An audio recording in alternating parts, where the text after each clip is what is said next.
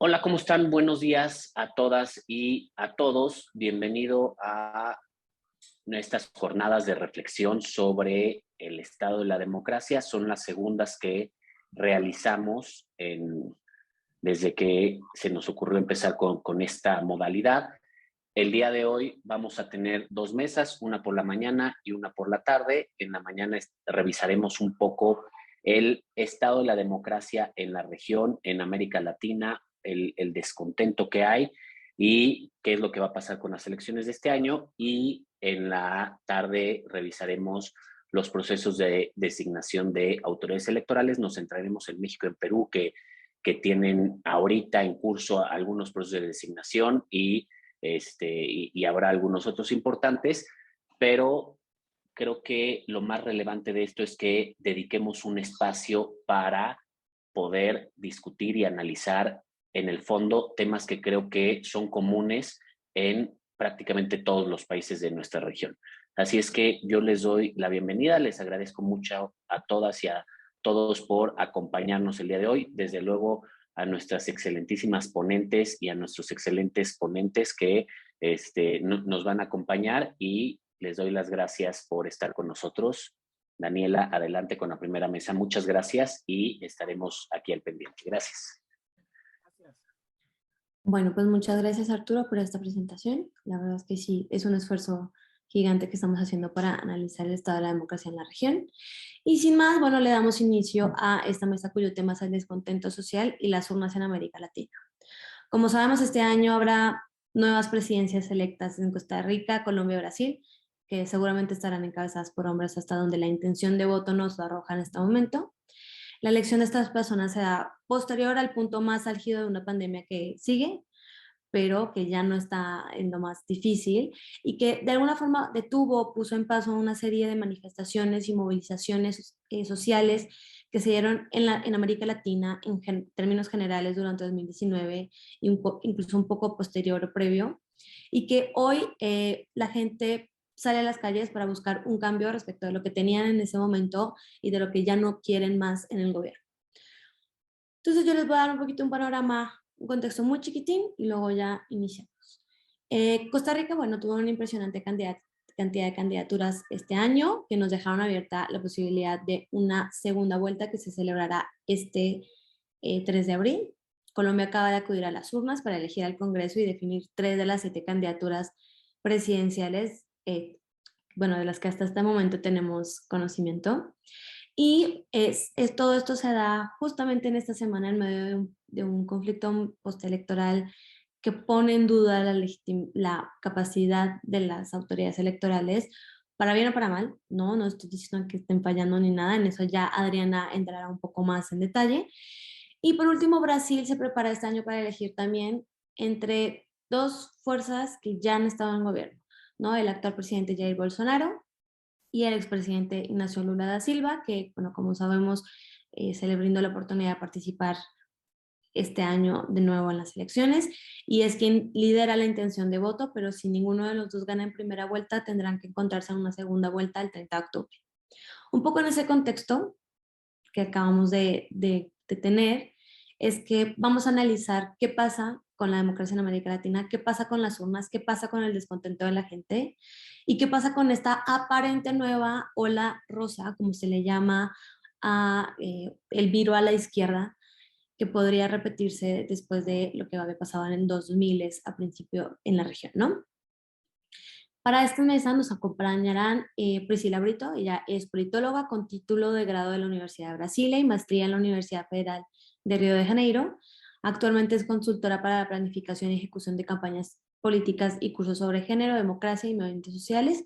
Su trabajo con las elecciones es parte del proyecto del Centro de Estudios y Asesoría Feminista, y ha trabajado con la concejala Mariel Franco hasta su brutal asesinato en 2018 y con la diputada estatal Mónica Francisco en 2019. Muchas gracias, Priscila, por acompañarnos el día de hoy. También se encuentra con nosotros Adriana Muro, abogada por la Universidad Iberoamericana de la Ciudad de México, con maestría en Derechos Humanos y Democratización de la Universidad Externada de Colombia. Adriana tiene más de 10 años en experiencia en organizaciones de la sociedad civil en México y Colombia. En 2014 fundó Elementa Derechos Humanos, una organización de la sociedad civil con sede en Bogotá y Ciudad de México, que busca a través del uso creativo del derecho aportar a la garantía de derechos humanos en la región, y desde 2017 es la directora ejecutiva. También muchísimas gracias por estar con nosotros, Adriana.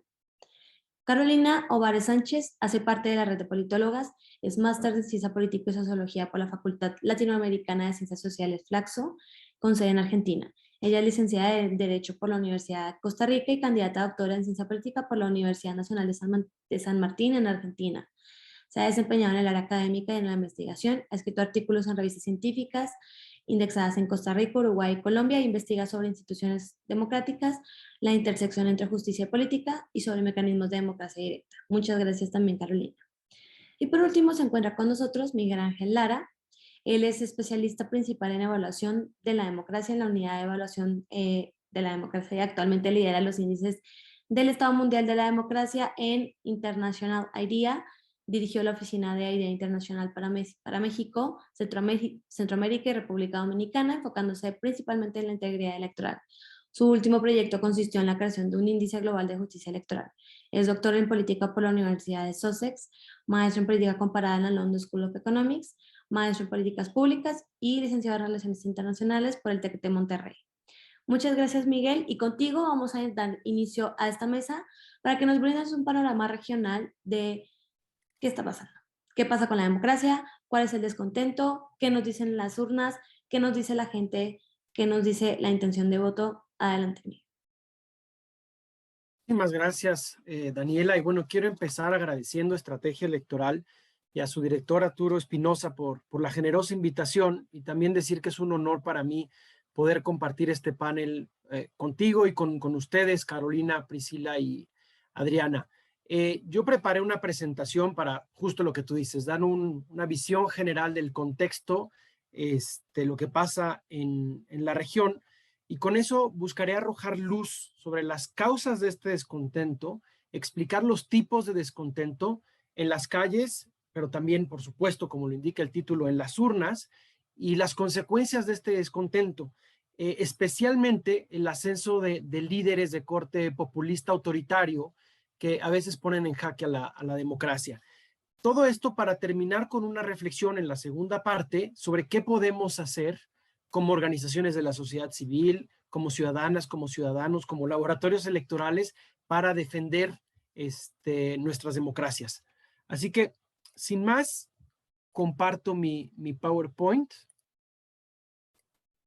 Y si me pueden decir cuando lo vean en pantalla, se los agradeceré. Esto ya se ve. Perfecto. Bueno, pues arranco. La primera pregunta que nos tenemos que hacer es, a ver, ¿hay descontento en nuestra región? Y la respuesta, y no solamente por estas fotografías de Perú, Bolivia, Honduras y Venezuela, es que sí hay un descontento. Pero bueno, antes de meternos a eso, hay que entender sus causas, que yo divido en causas clasificadas en 3 órdenes. El primero es un malestar político, que más que malestar yo diría que es un cabreo extendido y profundo con el sistema político, con las instituciones políticas y con sus representantes. 2, vinculado a esto, es lo que yo llamo desestado de derecho. Es decir, que en nuestros países, por supuesto hay excepciones, hay una incapacidad institucional para resolver nuestros muchos problemas sociales y económicos, y además se opera en un contexto de un Estado de Derecho frágil, caracterizado por corrupción, violencia e impunidad. Y en tercer orden, un tercer tipo de causas, son las viejas y las nuevas desigualdades, que si bien la llegada a la democracia en la región, desde 1978, que la transición empezó en República Dominicana, Ecuador, y así avanzó a cubrir a todos los países de la región, excepto Cuba, si bien la transición a la democracia ha traído frutos claros en términos de combate a la pobreza, de desigualdad, bueno, pues esto ha sido insuficiente y seguimos en niveles bastante altos. Y bueno, y por si fuera poco, la pandemia de los últimos 2 años ha agravado estas condiciones. Un dato nada más, la CEPAL pronostica que no será hasta 2024 que el PIB per cápita regional va a volver a los niveles anteriores a la crisis. Es decir, 4 años perdidos que a veces han sido agravados en un país o en otro por las malas políticas públicas del gobierno en turno. Ahora me voy a enfocar en cada uno de estos malestares y dar algunos datos para situar el contexto.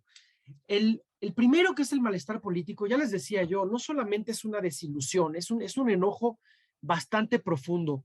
Y aquí les comparto esta gráfica de la última edición de Latinobarómetro, que seguramente conocen bien, donde se le pregunta a la gente, esta es una encuesta de opinión pública, qué tan satisfecho o no está con el funcionamiento de la democracia en su país. Y aquí lo que vemos es que en la última década, básicamente, la insatisfacción, que es la línea roja, ha mostrado un ascenso continuo. De hecho, en la última década solamente la insatisfacción creció 20%. Y apenas hace 3 años llegamos a 72% de insatisfacción, que es el punto más alto desde que el Latinobarómetro empezó a medir esto, que fue en 1995. De la misma forma, aquellos ciudadanos que estamos satisfechos somos pocos, es el 25%. Entonces, ese es un dato de alarma. Esa es la satisfacción. Ahora me enfoco en el apoyo a la democracia. Es una medida diferente.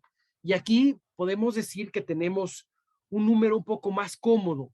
Aquí la mitad de la población, el 49%, apoya la democracia como forma de gobierno. Ojo, la primera pregunta era sobre la satisfacción. La segunda es sobre el apoyo. Sin embargo, eso también ha tenido una caída. En 2010, el 63% apoyaba la democracia, hoy nada más es 49%. Y lo que más me preocupa es que la indiferencia ha aumentado. Hay una pregunta que dice, bueno, a ver, ¿le da a usted igual vivir en democracia o en un régimen no democrático? Y eso es que el 27% de la población hoy es indiferente al tipo de régimen. Y además 13% está abierto a considerar alternativas como un gobierno autoritario bajo ciertas circunstancias.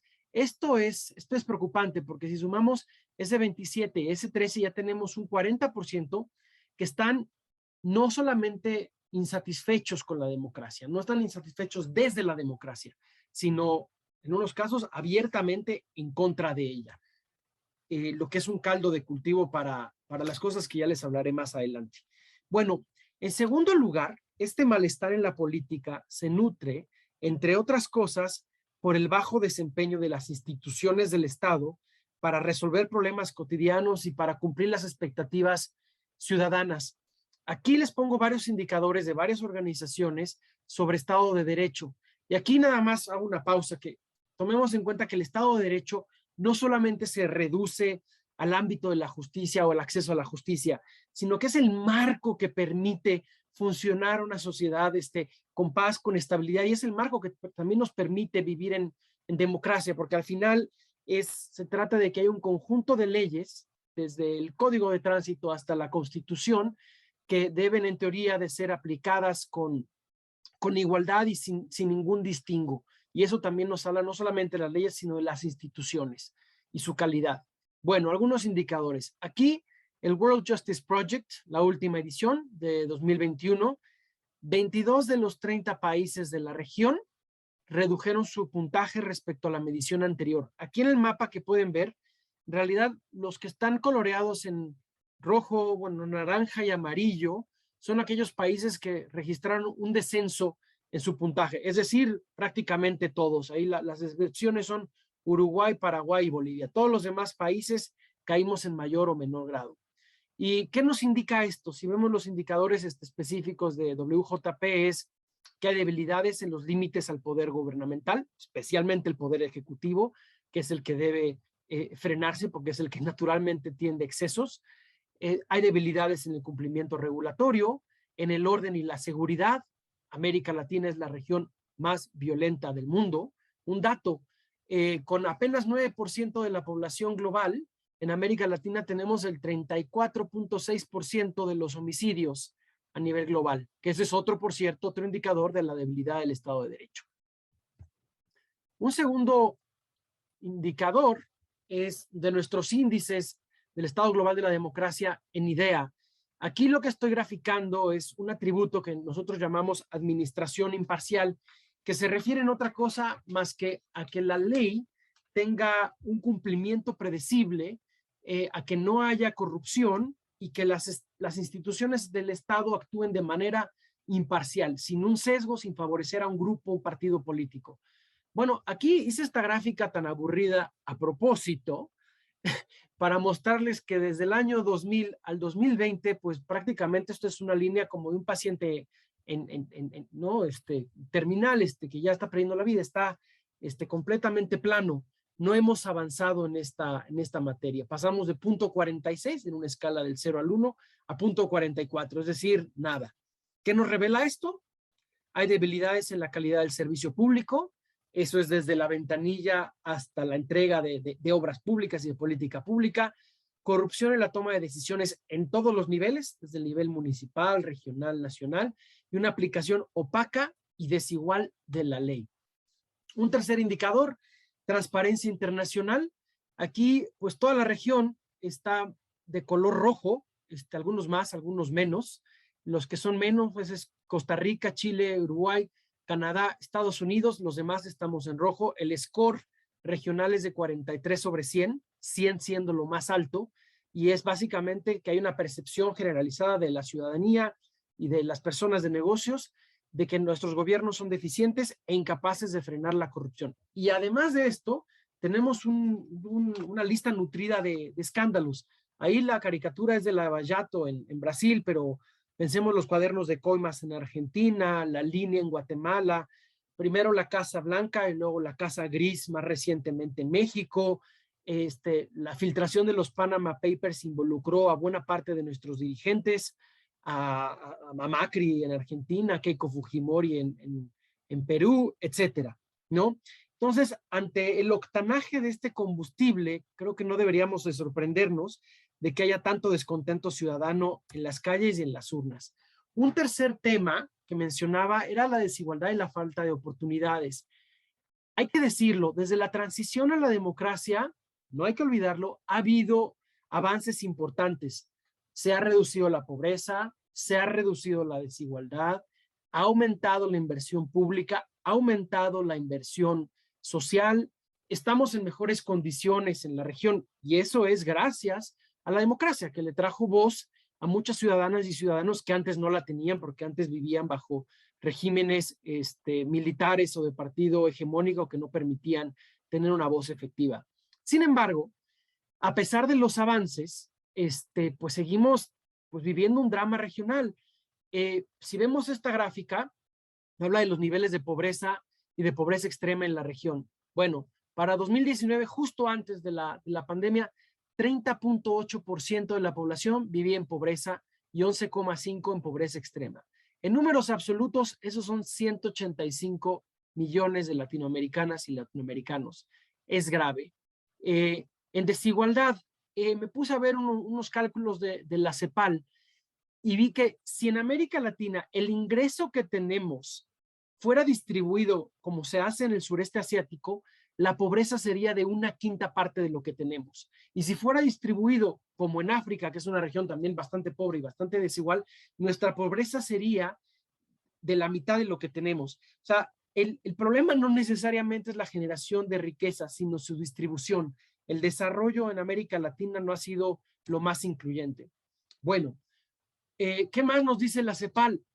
Casi el 80% de nuestra población pertenece a estratos socioeconómicos bajos o medios bajos. Hay un alto endeudamiento, hay una baja porcentaje de cobertura del sistema de protección social. Solo 47% de nuestra población económicamente activa cotizaba en un sistema de pensiones. Y encima de esto nos llegó la pandemia, ¿no? Que trajo un retroceso en pobreza de 12 años y en pobreza extrema de 20. Y se ha denominado como la peor crisis económica, social y productiva en los últimos 100 años. Solo en 2020 el PIB regional cayó 7.7%. Con casos extremos, en Venezuela fue el 30%, pero no solamente fue la pandemia, sino la dictadura de Maduro. En Perú, por ejemplo, 12.9% y 2.17 millones de empresas cerraron sus puertas. Bueno, a ver, un contexto de insatisfacción con la democracia y sus instituciones. donde las instituciones no están cumpliendo, tienen un bajo desempeño, que operan en un contexto de impunidad, de violencia, de corrupción, y encima de esto, con altas tasas de pobreza y desigualdad, pues es normalmente que haya descontento, ¿no?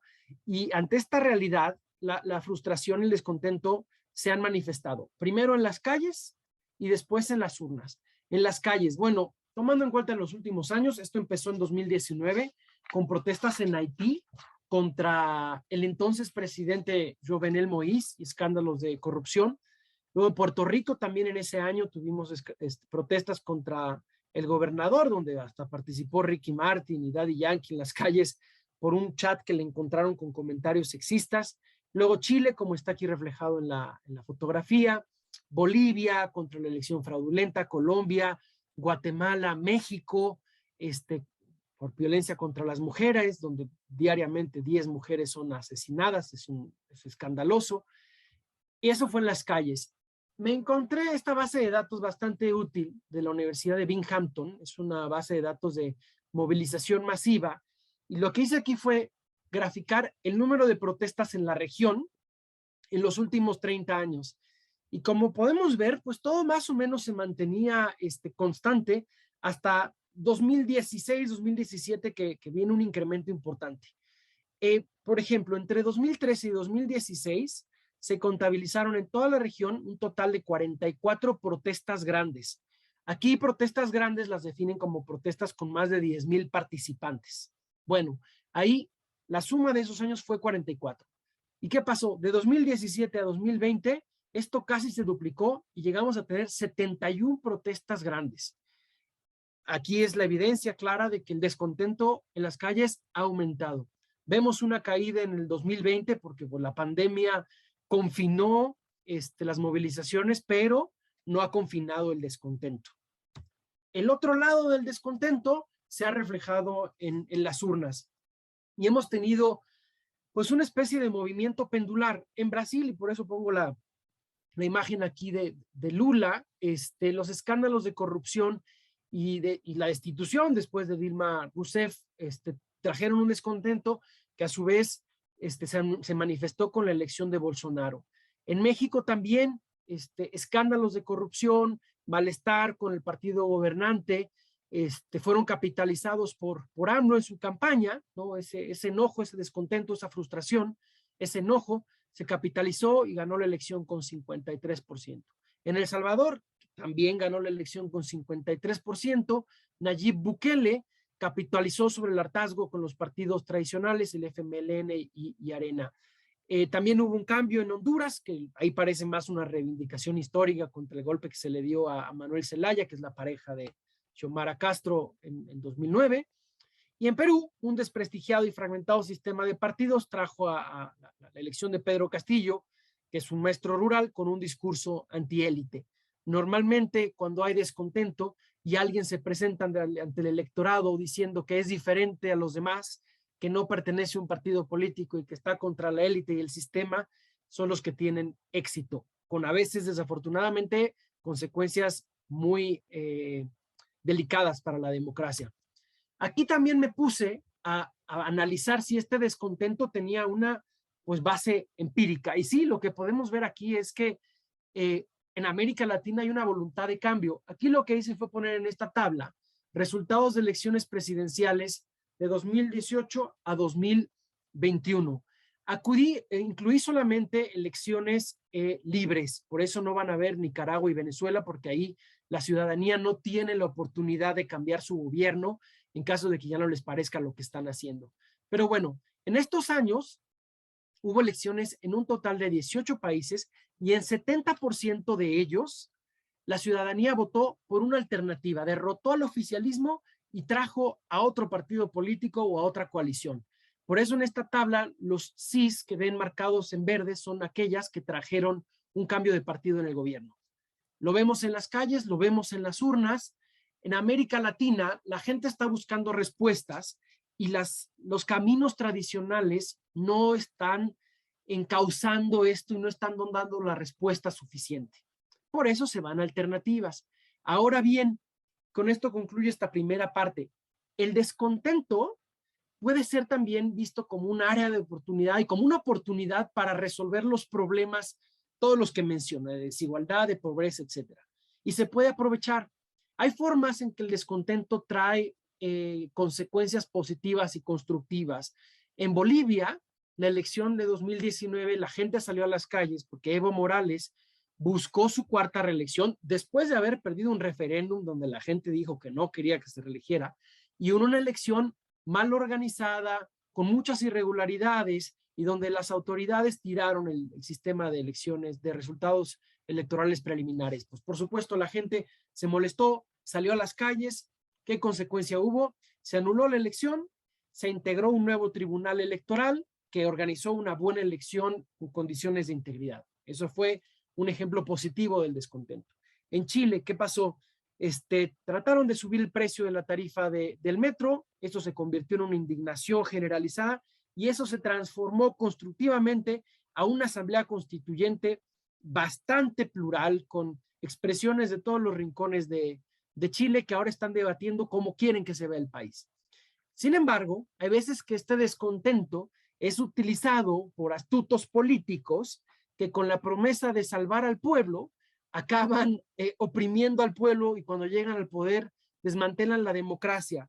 Como les decía en los casos anteriores, El Salvador, México, Brasil, ante tanto descontento no es raro que llegue un político, digo político masculino porque normalmente son hombres, que usen ese enojo de la ciudadanía, se presenten como una alternativa fresca, nueva, no contaminada por la corrupción y los vicios de la élite, y eso hace que la gente pues confíe en ellos y les dé una oportunidad, porque lo anterior no ha funcionado lo suficiente.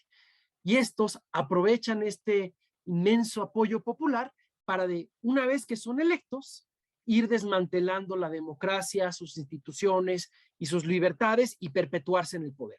Ese es el populismo autoritario y eso es lo que tenemos que cuidar. Por lo tanto, el reto es doble. Los nuevos líderes que han sido electas y electos en las urnas deben resolver los problemas estructurales que ya mencioné y que les dieron origen y que les permitieron ganar. De al mismo tiempo respetar las instituciones electorales y demás que les permitieron competir y vencer, es decir, respetar la democracia, porque al final del día lo que está en juego es la democracia. Y en la próxima sección haré una reflexión sobre eso. Muchas gracias. Bueno, muchas gracias a ti, Miguel. Yo me quedo un poco con esta idea de desmantelamiento de las instituciones, porque sí es verdad que hay todo un crecimiento, ¿no?, de hartazgo, y hay un aprovechamiento por parte de determinados tipos de líderes, ¿no? Son perfiles muy específicos, pero no sé hasta qué punto podemos hablar de desmantelamiento, o sea, en todos los aspectos, tanto como hablar de cómo unas instituciones no necesariamente estaban representando los intereses de las minorías, ¿no? Por ejemplo. O sea, yo considero que es importante que discutamos, ¿no?, hasta qué punto se alimenta este discurso de estas personas que sí buscan acomodar las instituciones a su parecer, y pensarlo también en el sentido de, es que son personas que llegaron contándole a la gente un poco, yo no había podido llegar porque las instituciones no me dejaban, porque no nos representan, ¿no? Un poco, es una pregunta más como para calentar un poquito el debate que por otra cosa. Y mientras la pensamos, yo quiero, Carolina, ahora que tú nos cuentes un poco qué está pasando en Costa Rica, cómo se encuentra en este momento, digamos, la autoridad electoral de cara a las presidenciales, cómo llega la gente, cómo llegan las dos candidaturas presidenciales que ya pasaron, qué implicaciones va a tener esta elección para el país, y pues sin más, dale, adelante. Muchas gracias, Daniela. Primero agradecer al equipo de laboratorio electoral, de estrategia electoral, a Daniela y al resto por la invitación, y a mis compañeros y mi compañero de mesa, Miguel Ángel, Adriana y Priscila. Un gusto estar acá con ustedes. Voy a proyectar porque yo hice una presentación. Me avisan si se ve. Sí, ya se ve. Perfecto. Bueno, mi presentación yo la intitulé Costa Rica, proceso electoral 2022 en un contexto de déficit democrático.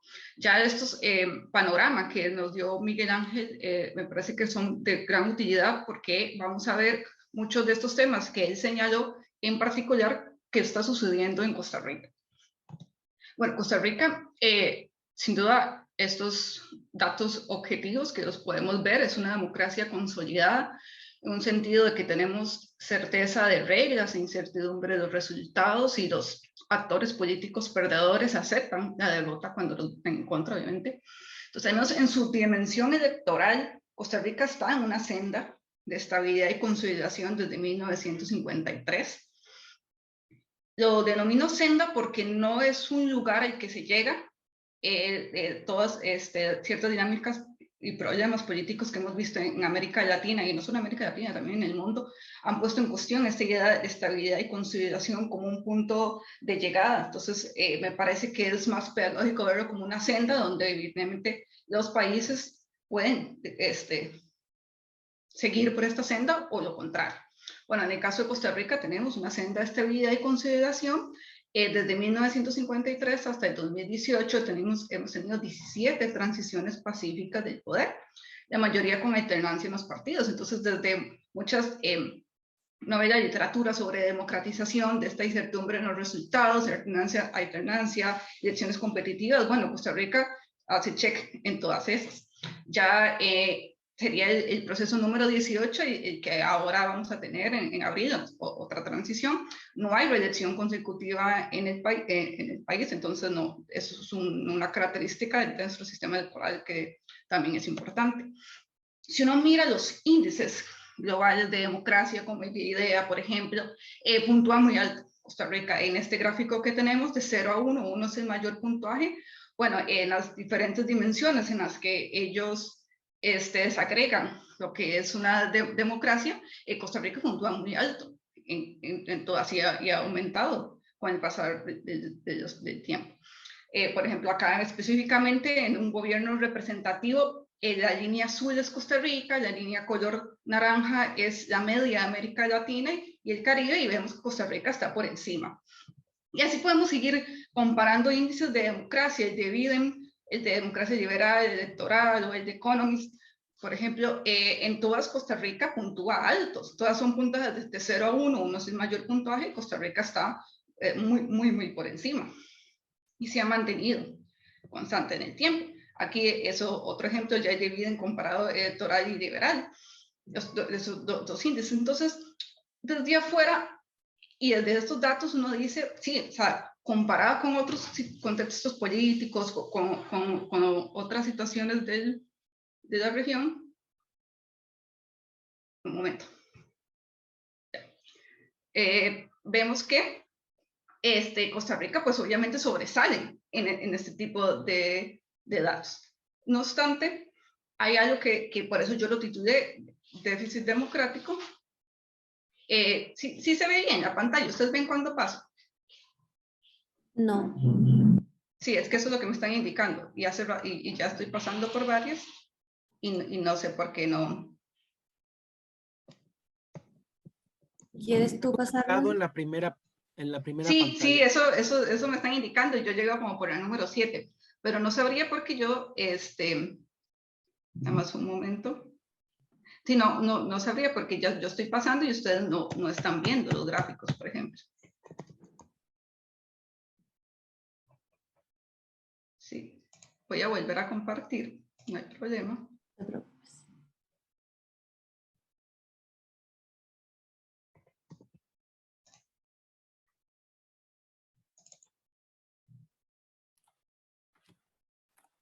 Vamos a ver si ahora sí. Si no, sigo. O sea, no estoy apegada a la presentación.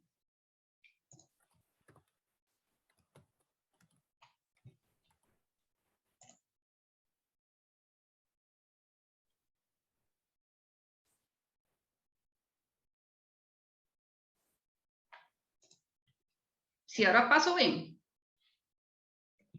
Listo, ya se ve. Perfecto, sí.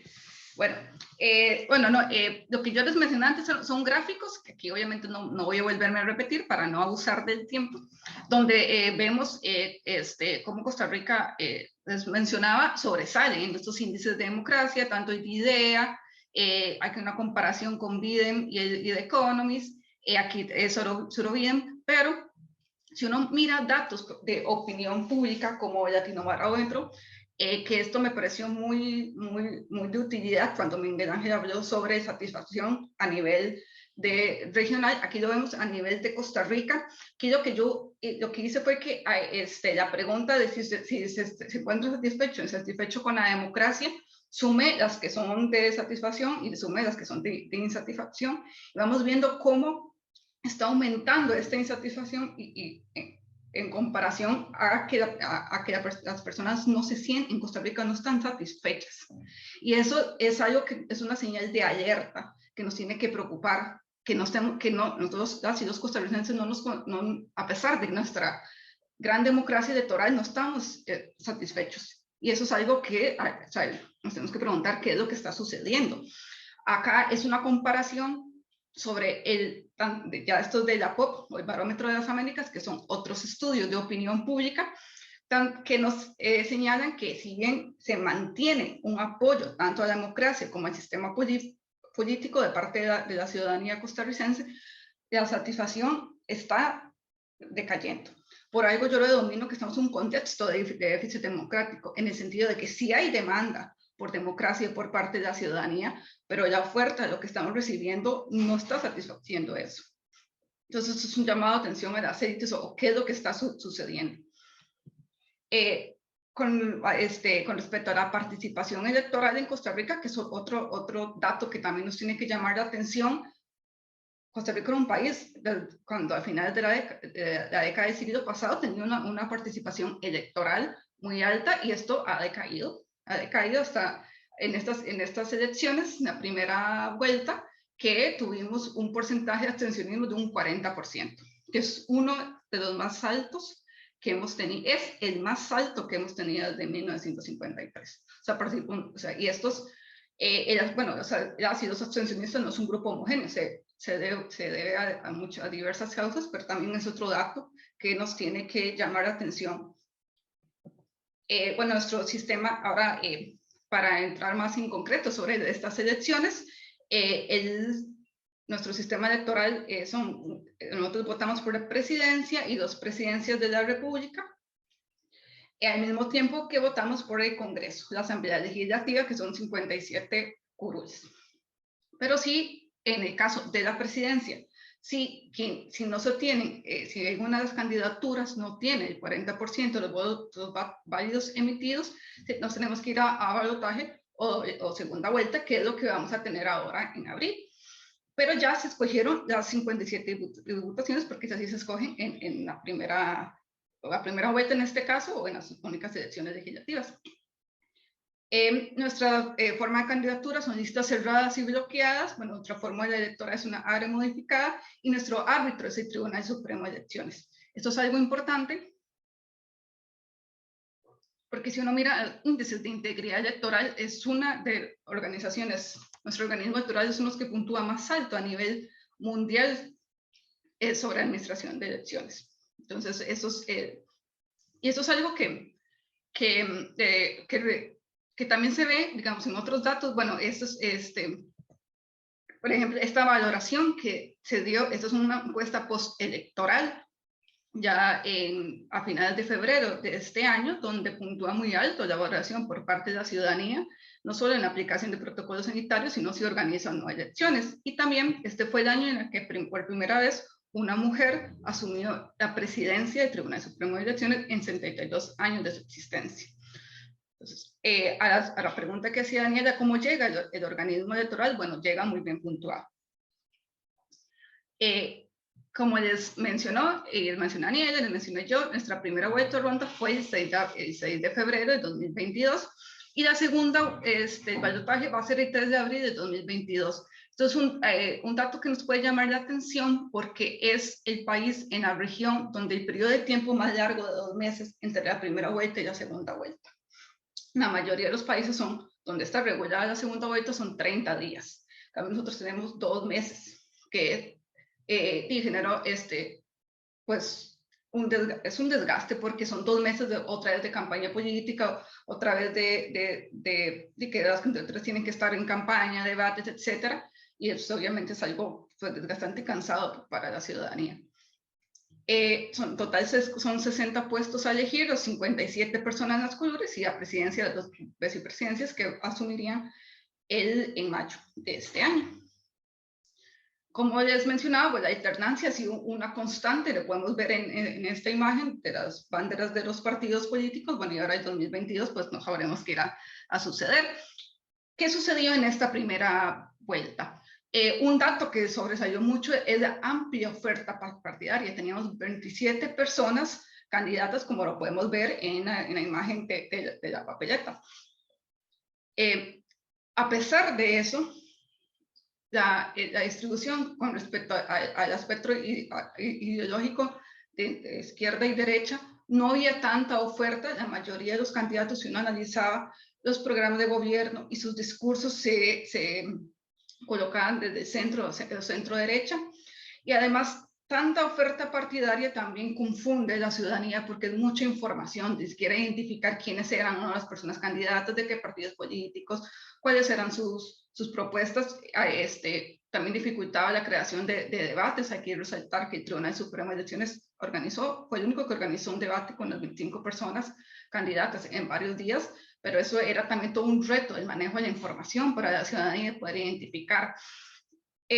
Al final, si bien en la intención de voto eran solo 6 personas candidatas que sobresalían, en la intención de voto que tenían posibilidad de pasar a segunda vuelta, al final, quienes obtuvieron la mayor cantidad de votos son José María Figueres Olsen, que es del Partido de Liberación Nacional. El Partido de Liberación Nacional es el partido de más larga data en Costa Rica, el mayor institucionalizado y también que tiene más base territorial, y a la par un partido, o sea, un candidato no necesariamente desconocido, porque fue 6 meses ministro de Hacienda del actual gobierno, pero es un partido que se creó en el 2018. Y esto es otra característica que hemos tenido en los últimos tiempos en las elecciones en Costa Rica, que es la creación de partidos nuevos.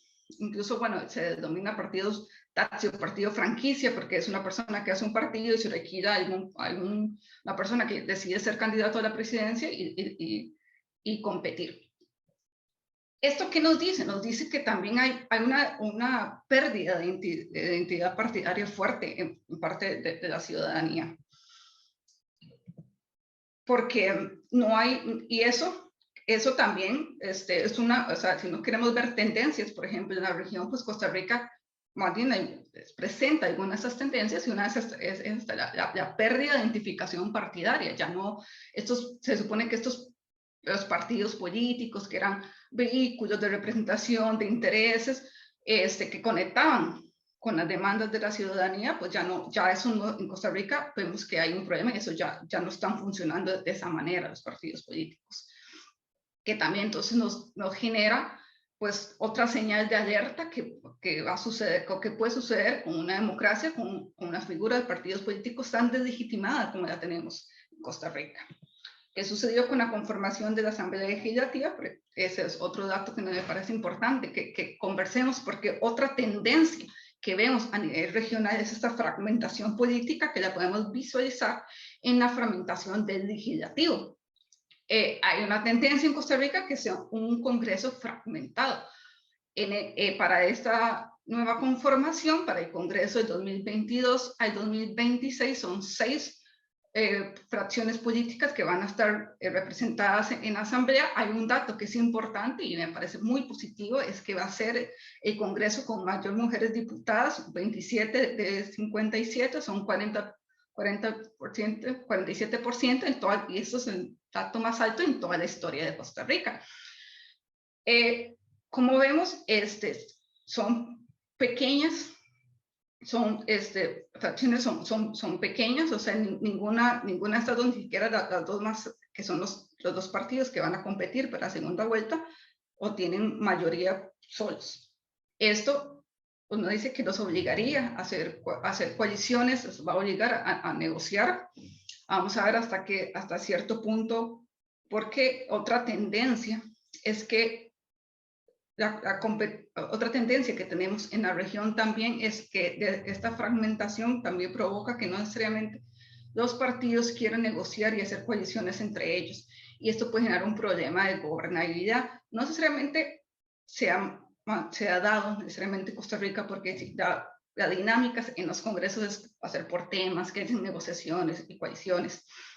Pero también es más difícil, dificulta más llegar a acuerdos. Entonces, eso también para un tema de gobernabilidad, para un tema de un ejecutivo que no va a tener una gran mayoría en el Congreso, le va a dificultar poder llevar a cabo sus programas o sus proyectos políticos. Por otro lado, también lo podemos ver, bueno, pero es que entonces la pluralidad es importante. Entonces, este equilibrio entre pluralidad y representación que tiene que ver cómo va a jugar ahora en esta nueva conformación. Pero como les mencionaba, ya no es algo nuevo, ya es una tendencia que tenemos de congresos fragmentados. Y para ir finalizando, para no abusar del tiempo, ¿qué vemos? ¿Qué vimos en este proceso electoral de Costa Rica, al menos en esta primera vuelta? Bueno, en temas de comportamiento electoral se refuerzan tendencias que ya habíamos visto previamente, identidades partidarias transitorias que cambian abruptamente de un partido a otro, la volatilidad electoral es el indicador que nos da esto, y esto pues va a modificar un escenario político. También hay un problema de representación, y esto lo dicen las encuestas de opinión pública, digamos un 67% de la población no se siente representada, hay una pérdida de desconfianza en las principales instituciones políticas como es el Congreso, los partidos políticos.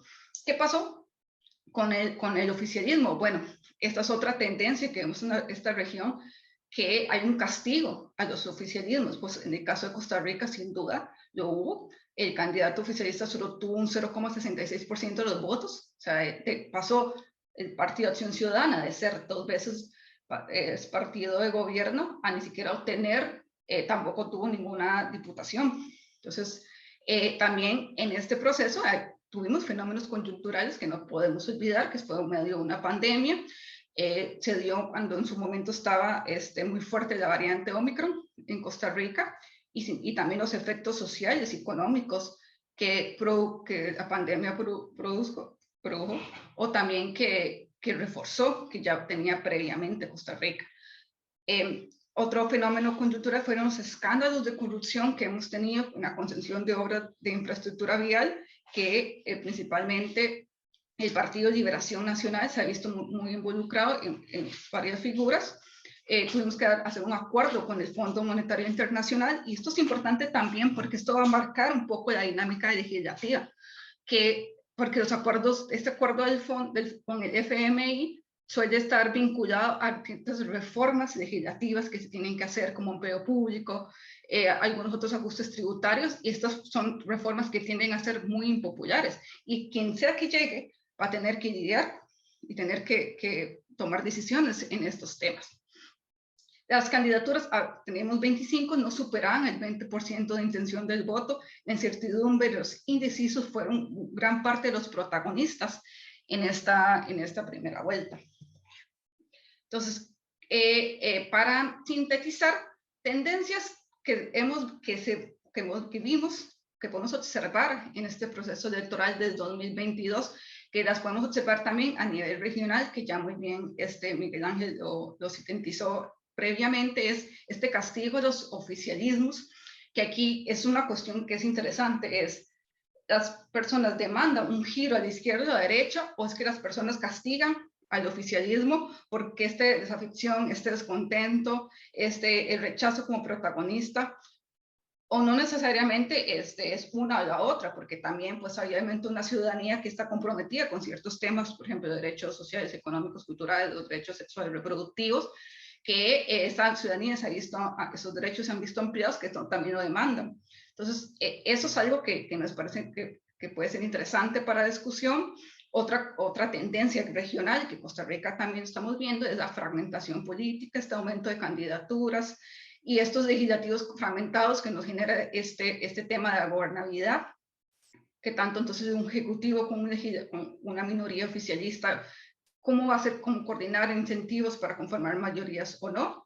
La personalización de la política, las dos personas que pasaron a la segunda vuelta, son muy, está muy concentrado en discutir quiénes son, qué han hecho, más que sus propuestas. Uno tiene un escándalo de corrupción, que es el del Partido de Liberación Nacional, y un alto porcentaje de rechazo. El otro ha tenido no solo escándalos de acoso sexual, sino ha sido acusado por acoso sexual, sancionado por acoso sexual. Entonces son dos figuras que están muy concentradas en lo que hacen y más que en lo que proponen. Y entonces aquí hay una que nos podemos también preguntar, pues entonces, ¿qué demanda la ciudadanía? ¿Qué ciudadanía tenemos y qué está demandando frente a este escenario? Y eso sería todo. Muchas gracias por la atención y me disculpo por este problema con la presentación al inicio. No pasa nada. De verdad, muchas gracias a ti por esta presentación. Creo que nos diste un panorama que no teníamos de Costa Rica, algunos de nosotros. Y yo creo que sí vale la pena cuestionarnos un poco qué está pasando con estas democracias que en teoría ya estaban consolidadas, ¿no? Porque pues como vemos en Costa Rica hay, lo mencionaba Carolina, hay un nivel de abstencionismo muy alto, y entonces hay una fragmentación de los partidos políticos y entonces empieza a haber o sea, la gente ya no se identifica con ninguna persona que esté buscando una candidatura ni una presidencia.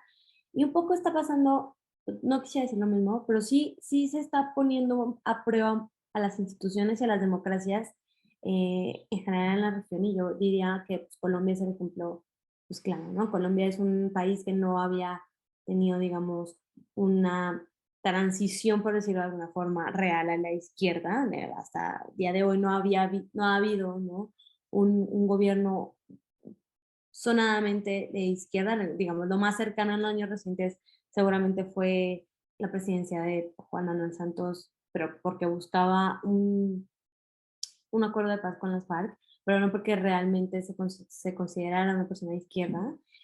Y se está poniendo a prueba justamente a las instituciones que en teoría habían consolidado, ¿no? Todas estas democracias, ¿no? Quienes estaban a cargo de hacer las elecciones, quienes estaban a cargo de llevar a cabo el escrutinio, todas estas funciones tan consideradas básicas de la democracia se están poniendo a prueba y yo creo que Colombia nos va a poner el punto sobre la I en estas elecciones presidenciales que llegan, pero para eso pues Adriana Muro nos va a contar un poquito más de eso. Dale, Adriana, adelante.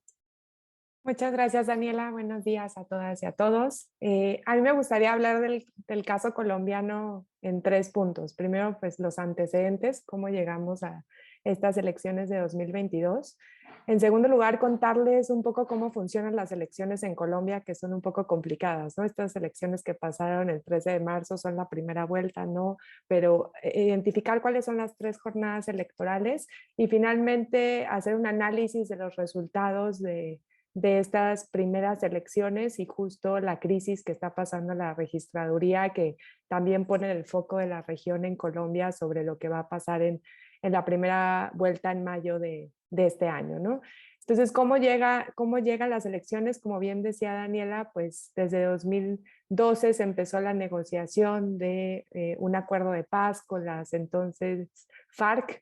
Recordemos que Colombia tuvo uno de los conflictos más largos de América Latina, casi 50 años de conflicto armado. Juan Manuel Santos, que entonces parecía ser la continuidad de Álvaro Uribe Vélez después de los 8 años de gobierno de este presidente, sorprende y se sienta a negociar en La Habana, Cuba, con las FARC, ¿no? Fueron 4 años de negociación que también de alguna u otra forma implicaron la polarización de la sociedad, ¿no? Quienes querían firmar el acuerdo de paz con la entonces guerrilla y quienes no estaban de acuerdo porque parte del contenido del acuerdo de paz implicaba que las FARC dejaran de ser guerrilla y se posicionaran como un movimiento político y tuvieran curules en el Congreso, ¿no? Eso y algunas otras situaciones relacionadas con justicia transicional generaron polarización entre la sociedad colombiana, ¿no? Esto se visibilizó en el plebiscito del 2 de octubre del 2016, donde se pone a consideración el acuerdo de paz a la sociedad colombiana, y ahí vemos que sorpresivamente, contra todo pronóstico, por lo menos del gobierno, se pierde el sí por la firma del acuerdo de paz. Pero es interesante aquí detenernos porque esto va a tener repercusiones ahora, en donde vemos que, por ejemplo, las zonas más afectadas por la guerra en Colombia votaron por el sí, mientras que las grandes ciudades votaron por el no. Entonces ahí empezamos a ver cierta polarización que posteriormente se observó en las elecciones del 2018, donde llega a segunda vuelta el ahora presidente Iván Duque y el ahora candidato Gustavo Petro, donde gana Iván Duque, y donde también de alguna forma se refrenda lo que la sociedad colombiana había observado en relación con la firma del acuerdo de paz, ¿no? Independientemente del plebiscito, que fue una figura que identificó tanto la Corte Constitucional como el gobierno, se implementó el acuerdo de paz, pero hay una implementación parcial, ¿no? Ha habido diferentes obstáculos por parte del gobierno para el cumplimiento, específicamente del sistema integral de verdad, justicia y reparación. Recordemos que Colombia tiene más de 8 millones de víctimas de violaciones a derechos humanos. Este sistema integral de verdad, justicia y reparación contra todos los obstáculos que ha presentado el gobierno vigente, avanzado, pero seguimos teniendo varios incumplimientos del acuerdo de paz que están muy relacionados con muchas de las temáticas que Miguel nos decía en general y a nivel regional, ¿no? Lo que tiene que ver con desigualdad económica, desempleo, en el caso de Colombia, restitución de tierras. Entonces empezamos a ver también ahí un descontento por parte de la sociedad colombiana frente al acuerdo de paz, ¿no? Vemos la reconfiguración del conflicto armado. Al final sí, las FARC ahora son un movimiento político, pero tenemos otras guerrillas, la ELN, y también tenemos el crimen organizado y una reconfiguración territorial de lo que significa eso y de la relación con el Estado. 145 personas, lideresas, asesinadas en los últimos 4 años.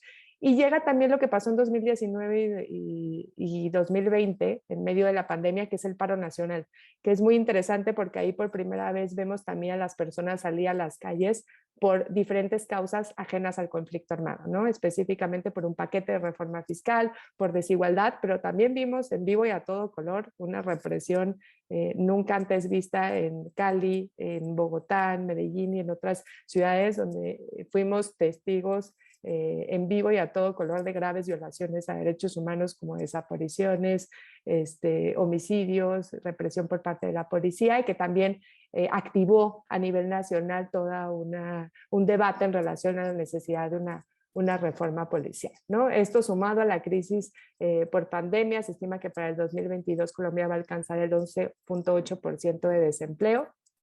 Y vemos también ahí unas complejidades en relación con las desigualdades que se dan entre las grandes ciudades y los territorios en las regiones, ¿no? Así llegamos a las elecciones del 13 de marzo de 2022.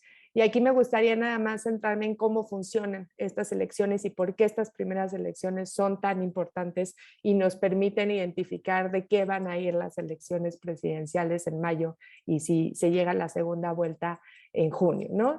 La primera jornada, que fue la que pasó el 13 de marzo, sin duda puede leerse como la más importante de las tres.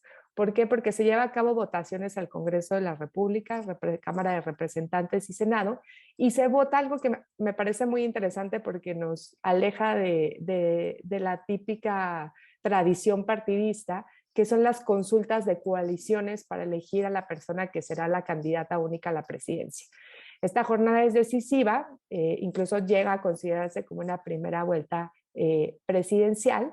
Estas coaliciones las forman alianzas interpartidistas que en principio tienen la misma agenda programática. Estas alianzas se ponen a votación para elegir a la persona que va a contender en la contienda presidencial. Y para este año se conformaron 3 coaliciones con 15 candidatos en total, 5 personas candidatas para cada alianza. La primera, que es el Pacto Histórico, liderada por Gustavo Petro, que es una coalición progresista considerada de centro izquierda, que ya veremos también los resultados que tuvieron y las implicaciones que tiene para Colombia, donde en la izquierda siempre estuvo entendida o relacionada de alguna forma con el conflicto y con la guerrilla. Recordemos que en los años 80 y 90 existió el Partido de la Unión Patriótica, que prácticamente fue exterminado y que nunca pudo tener curules en el Congreso. Incluso a nivel interno esto se catalogó como genocidio. Entonces, que en 2022 estemos hablando de que exista una coalición de centro-izquierda en Colombia nos está diciendo que algo se está moviendo en la sociedad colombiana. En segundo lugar tenemos la coalición Centro Esperanza, considerada de centro, liderada por Sergio Fajardo, que ya había contenido, al igual que Gustavo Petro, en las elecciones de 2018, y el Equipo Colombia, que es una coalición considerada de derecha, liderada por Federico Gutiérrez. Esta jornada es súper interesante, pues para conseguir la visibilidad suficiente para tener el reconocimiento del electorado, las y los candidatos tuvieron múltiples debates, que creo que también eso es a diferencia de lo que señalaba Carolina y en otros países donde vemos muy pocos debates. En Colombia, en esta primera jornada vemos muchos debates desde finales de 2021 en diferentes temáticas, ¿no? Y esto se da en universidades, en medios masivos de comunicación, en diferentes temáticas como la situación económica del país, el medio ambiente, política de drogas, derechos de las mujeres, protesta social y reforma policial, entre otras.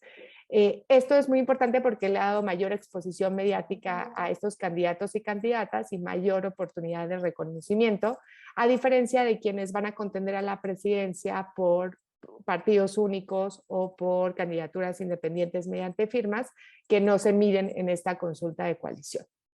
Además, si las y los votantes apoyan de lleno la coalición, es decir, van por la coalición más allá que por la persona, así gane o no su candidato, también permite tener un escenario de qué tanto apoyo puede recibir la persona que haya sido elegida en su coalición, ¿no? Entonces, estos resultados de marzo lo que nos permiten es medir el pulso de lo que viene en la primera vuelta presidencial, que esa será en mayo. Es la primera vuelta presidencial con las personas que van a representar a cada una de las coaliciones. En esta votación se vota por candidato o candidata presidencial y su fórmula vicepresidencial.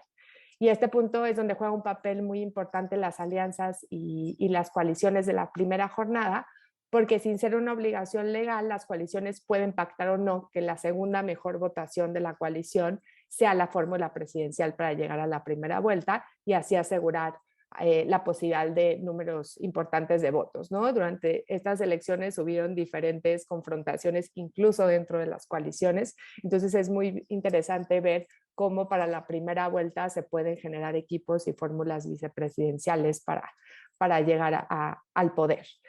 En Colombia, hasta ahora o hasta la semana pasada, el conteo de las votaciones era muy, muy rápido y muy fácil, ¿no? Al final de la jornada ya se tiene claro quién ganó y quién no.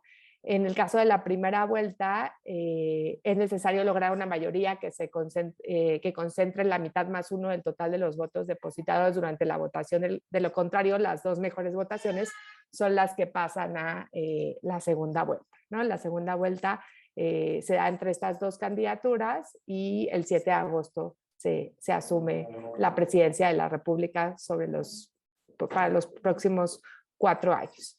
Ahora, ¿qué resultados y análisis arrojó la pasada elección del 13 de marzo? Que me parece que son claves y como bien decía Daniela, hay que poner los ojos en Colombia porque va a definir también mucho de lo que entendemos por las elecciones y por la sostenibilidad de las instituciones electorales y también sobre la participación de la sociedad colombiana en estos comicios.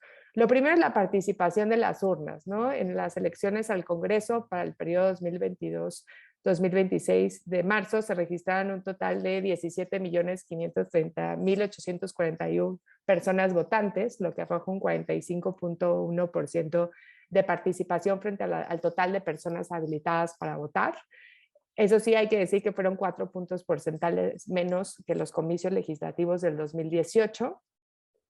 Por otro lado está el cambio en la reconfiguración del Congreso, que eso también ya nos habla un poco del hartazgo de la sociedad colombiana en relación con el gobierno en turno. ¿Por qué? Porque el Congreso actual está conformado en su mayoría por una tendencia de derecha, por una tendencia afín al gobierno de Iván Duque, y los resultados del 13 de marzo nos dan un Congreso mucho más equilibrado y una importante presencia de fuerzas alternativas, ¿no? Colombia tiene una historia y una tradición partidista, liberal y conservadora de hace años, y estamos viendo por primera vez una mayor fortaleza de estas fuerzas alternativas de partidos tradicionales.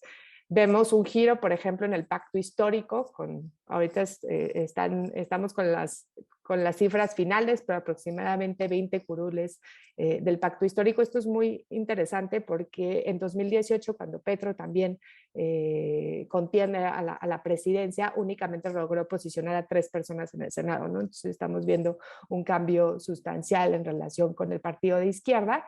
Y la coalición Centro Esperanza también gana curules, incluido un curul que me parece bastante interesante, que es uno de los exnegociadores del acuerdo de paz, Humberto de la Calle, que seguro será fundamental también para empujar la implementación del acuerdo de paz.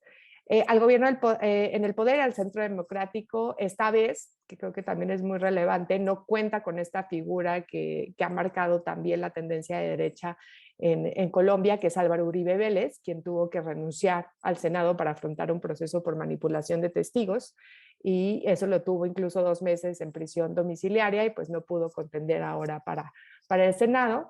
Y además vimos también cómo el hartazgo a este gobierno en turno le pegó directamente al Partido del Centro Democrático, pues obtuvo la mitad de los curules del año pasado. Pues aquí creo que la izquierda sin duda fue la ganadora, un triunfo sin precedentes, ¿no? Tomando en cuenta los antecedentes que le señalaban anteriormente. Sacó aproximadamente 5.6 millones de votos en su consulta, la mayoría de la votación del Senado y la Cámara, y recuperó también el liderato en Bogotá, ¿no? Una de las zonas más importantes para ganar la presidencia, y podríamos decir que se convirtió en la principal fuerza política de Colombia, ¿no? Lo que también ha generado bastante caos estas semanas en Colombia, pero también diferentes matices en relación con lo que realmente quiere la sociedad colombiana. Prácticamente lo que estamos viendo es que los otros 2 candidatos de las coaliciones, más los que se sumen como candidaturas únicas, pues están jugando a ser el adversario de Gustavo Petro en la segunda vuelta. Si bien el discurso contra la izquierda mantiene una tendencia agresiva, vemos que pues hay un cambio de percepción sobre la izquierda en Colombia que durante años fue estigmatizada, ¿no? Creo que a diferencia de otros países, este cambio es muy relevante por las consecuencias que generó la estigmatización de la izquierda durante décadas en el país. No, me es inevitable no hablar del papel de las mujeres en estas elecciones y la sorpresa de Francia Márquez. Para quien no sabe quién es Francia Márquez, es una defensora de los territorios. Ella estaba en la coalición del pacto histórico, en la de Gustavo Petro, y la sorpresa cuando más de un candidato y la cultura patriarcal política no tenía ningún tipo de esperanza en que ella pudiese sacar resultados, tuvo más votos que Sergio Fajardo de la coalición de centro. Posicionó las fuerzas de las mujeres, de las defensoras de derechos humanos, y podríamos decir que incluso ahorita está el debate de si tendría que ser la vicepresidenta o de la fórmula presidencial de Gustavo Petro, ocupar algún ministerio. Hay quien dice que no, que es mejor que se espere y pueda contender a las elecciones, a las próximas elecciones. Entonces creo que ahí hay también un cambio interesante cuando siempre hablamos de candidatos, siempre hablamos de una cultura política patriarcal. Sorpresas como la de Francia Márquez emocionan. Y también que en el caso del Congreso se alcanzó por lo menos el 30% de mujeres en el Congreso, ¿no? A diferencia de otros países donde ya es el 50%, estamos lejos, pero creo que también es un buen avance. En el caso de la derecha, pues vemos también algo muy interesante. El representante de la derecha no es del Partido del Centro Democrático, aunque sí tiene el respaldo de Álvaro Uribe, pero pues por lo menos tenemos una derecha que va hacia otro sentido, hacia otra fuerza, y no necesariamente la del Centro Democrático, aunque el discurso sigue siendo anti-Petro, ¿no? Seguimos personalizando ahí las discusiones en relación con las próximas elecciones. El caso de la entrada de Humberto de la Calle al Senado, que le señalaba, que creo que va a ser fundamental para la implementación de los acuerdos de paz. Y una figura que también este año se implementó, derivada del acuerdo de paz, que son los curules de la paz, ¿no? Es una figura creada en el punto 4 del acuerdo que le da la posibilidad a las zonas más afectadas por la guerra de contar con 16 circunscripciones especiales para la paz, ¿no? Esto fue durante los últimos años obstaculizado por el Congreso, incluso no se quería que hubiera curules de la paz. La Corte Constitucional las legitimó y reconoció el derecho de las víctimas a ocupar lugares en el Congreso, por lo menos para el periodo 2022 y 2026 y 2026 y 2030. Sin embargo, los resultados no son alentadores y creo que aquí se visibiliza la relevancia del incumplimiento del acuerdo de paz, ¿no? Aquí lo que estamos viendo es que no hubo financiación del Estado para aspirantes a los curules de la paz y al menos 7 sillas de las 16 están cuestionadas, ¿no? Y me gustaría centrarme únicamente en un punto donde en el departamento del Cesar ganó el hijo de Jorge 40, que es un ex paramilitar, acusado de cometer graves violaciones a derechos humanos. Es decir, el hijo de un perpetrador de graves violaciones a derechos humanos gana un curul de paz destinado para las víctimas. Eso es bastante complejo. En los últimos días, varios de los candidatos que iban por ese curul decidieron renunciar porque no había las condiciones ni las garantías para poder seguir contendiendo por estos curules, ¿no? Entonces me parece que es relevante e importante establecer esta nueva figura, ¿no?, electoral dentro de el caso colombiano, identificar que a pesar de que la figura es bastante interesante, la implementación sigue siendo obstaculizada. Y para terminar, pues, ¿qué pasó con la registraduría, no? Creo que eso pone también en vilo las elecciones y sobre todo el debate que habrá de aquí a mayo en relación con esta seguridad, en relación al cumplimiento de la legislación y del mantenimiento de las instituciones que en otras elecciones no habíamos visto en Colombia, ¿no? Faltaron por contar votos, a grandes rasgos hay un preconteo y un escrutinio. Durante el preconteo, por ejemplo, en el caso del pacto histórico, no se contabilizaron aproximadamente 400,000 votos, ¿no? Eso es una cantidad bastante grande. No solamente pasó con el pacto histórico, también con varios curules de Centro Esperanza y también con algunos curules del Centro Democrático. Esto únicamente en relación con el Senado, ¿no? No es claro de parte de la registraduría ni el titular qué fue lo que pasó, pero hubo inconsistencias graves, ¿no? Errores graves. También, como señalaba Carolina, en Colombia también los tarjetones son bastante complicados y eso también dificulta el ejercicio del voto, pero pues aquí estamos viendo varios debates intensos en relación a si se deben de contabilizar los votos o no. Y también estamos viendo ahí cierta polarización y cierto temor en relación a lo que pudiera pasar en la primera vuelta, porque pues también sabemos que tanto la persona titular de la registraduría, de la procuraduría, el contralor, el defensor del pueblo, realmente todos son elegidos por el gobierno en turno, por el gobierno de Iván Duque. Entonces ahí estamos viendo debates, discusiones y peligros en relación a lo que pudiera pasar en mayo de 2022, ¿no? Entonces creo que aquí hubo incluso precisiones en relación a la misión de observación electoral de la Unión Europea, que señaló que efectivamente hubo errores inusuales en el conteo de las actas electorales, ¿no? Entonces esto prende las alarmas sobre el nivel de confiabilidad del electorado y otra vez en un escenario en donde estamos viendo por primera vez a la izquierda ganar pues este primer round, digamos, de las elecciones contra un gobierno que es claramente de derecha y que estamos viendo aquí como un debate bastante denso y que puede poner en peligro la seguridad de las elecciones en mayo, ¿no? Entonces lo dejaré ahí para seguir platicando en la próxima fase. Muchas gracias.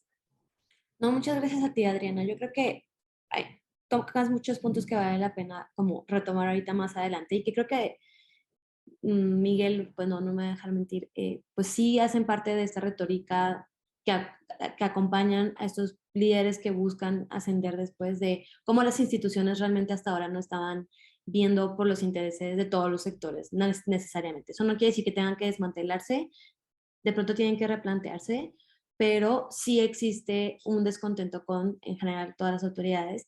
Y entonces aquí vamos a ver cómo la izquierda pues, va tomando fuerza y va dándole a Colombia la oportunidad tal vez de virar hacia una forma de pensar que no había llegado a gobierno hasta ahora, y que ahora sí nos deja con Brasil en el panorama, porque Brasil va a elegir entre dos muy conocidos. O sea, Jair Bolsonaro es evidentemente el presidente en este momento, ha tenido múltiples manifestaciones en su contra, no solamente por el mal manejo de la pandemia, sino por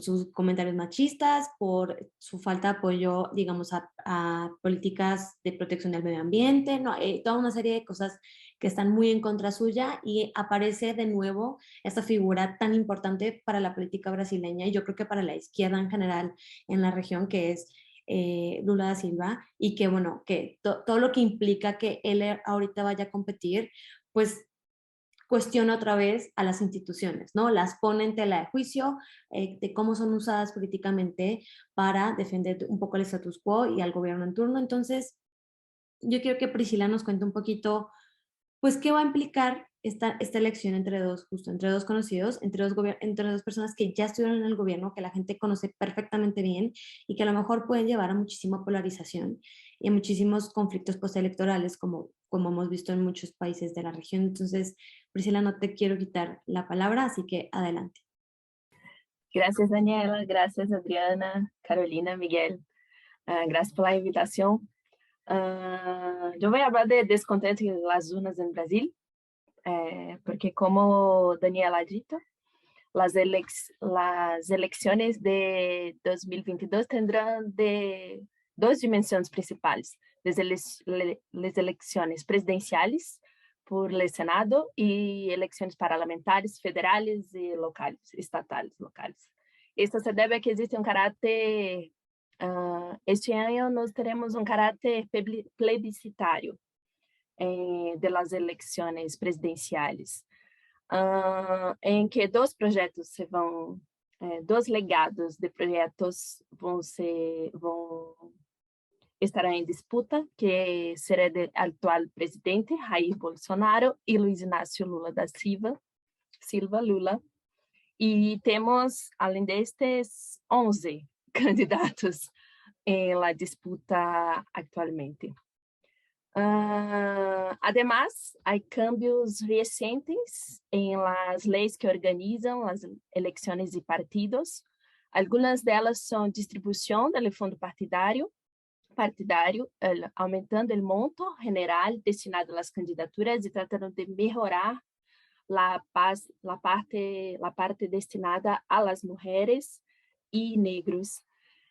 También tenemos la creación de federaciones de partidos, que son una nueva forma de aglutinación de diferentes partidos, que cambia profundamente el sistema de coligaciones que era antiguamente. También se aprobó la forma de los mandatos colectivos, que son cuando un colectivo aplica por las elecciones parlamentarias, un colectivo aplica en nombre de una persona y representa el mandato. Es un instrumento que ha sido utilizado por los movimientos para sumar votos y ganar representación. Los movimientos feministas, negros, populares, organizan mandatos colectivos. Se no me engano, tenemos hasta ahora 3 mandatos electos en diferentes niveles del país. Por las elecciones presidenciales, las encuestas se publican semana a semana, muy intenso. Las 2 últimas que vi sobre intenciones de voto muestran un cuadro estabilizado con el presidente Lula, del PT, y el ex-presidente Lula y el presidente Jair Bolsonaro, aislados en la liderazgo para la primera vuelta. Según Quest, el Partido de Trabajadores tiene 45% frente al 25% de Bolsonaro. En tercero, Ciro Gomes, del PDT, aparece con 7%. Um empate técnico com Sérgio Moro, uma figura bastante conhecida de ustedes, que tem 6%. Para a segunda vuelta, Quest apunta a uma vitória de Lula em las 5 simulações. Outra encuesta de Poder Data, por outro lado, apunta a uma vantagem muito menor para Lula. O ex-presidente tem 40% das intenções de voto, frente ao 30% do atual presidente. Bolsonaro é o atual presidente e nós estamos a risco nestas eleições porque Bolsonaro tem poder e tem uma estrutura mediática muito profunda e muito conectada entre as pessoas. Em 2018, Bolsonaro tem a esta hora, em março, cerca de 15% de votos. A campanha de 2018 estuvo marcada por detenções, operativos, filtrações que mudaram as outras candidaturas. Desde então, o Poder Judicial e o Congresso impuseram frenos legais e as medidas e a corrupção já não é o foco de los votantes. A corrupção não será tema muito forte a este ano. Para compreender a profundidade da crise que enfrentamos e as expectativas que rodeiam as eleições este ano, é tão importante conhecer o contexto brasileiro. E para mim é muito significativo o que Miguel ha dito, porque é muito representativo de tudo o que vivimos em los últimos 10 anos. Brasil é passado por inumeráveis transformações. Tenho muito pouco tempo para recuperar tudo o que passou entre 2013 hasta a eleição de Bolsonaro, para suas características de governo, para entender o contexto atual. Pero é importante señalar que, además do golpe de Estado contra Dilma Rousseff, tuvimos intervenções militares em vários estados, cambios no poder judiciário, caída de las inversiones que foram aumentadas no momento de grandes eventos como os Juegos Olímpicos. Vale recordar que em 2013 tivemos um ciclo de protestas que em Brasília chamamos Jornadas de Junho, que foram em cenário de muitas contradições. Começou com a indignação por el aumento de bilhete de bus em São Paulo, liderado por el movimento Passe Livre, de rasgo anarquista. Contou com a adesão dos movimentos de esquerda, pero em muitos lugares foi disputado por grupos de direita. As jornadas desencadenaram um sentimento de oposição ao governo de Dilma Rousseff e contra a esquerda em geral. Uma parte da elite que criticava os programas sociais e as políticas afirmativas se ganhou um pretexto para articular a destituição do presidente e assim allamar o caminho para o fascismo, o conservadorismo e tendências nazistas em geral. E a nível institucional, o processo conhecido como Lava Jato condenou a vários líderes de los partidos, do empresariado nacional. Se bem a luta contra a corrupção no sistema político é legítima, neste caso se utilizou para desestabilizar o governo e garantizar o ingresso das empresas internacionais a setores estratégicos do país, incluso de petróleo, incluso de construção civil. Para mim é fundamental, incluso, perguntar se a corrupção não é intrínseca ao sistema democrático tal como temos hoje em Brasil e em los países latino-americanos.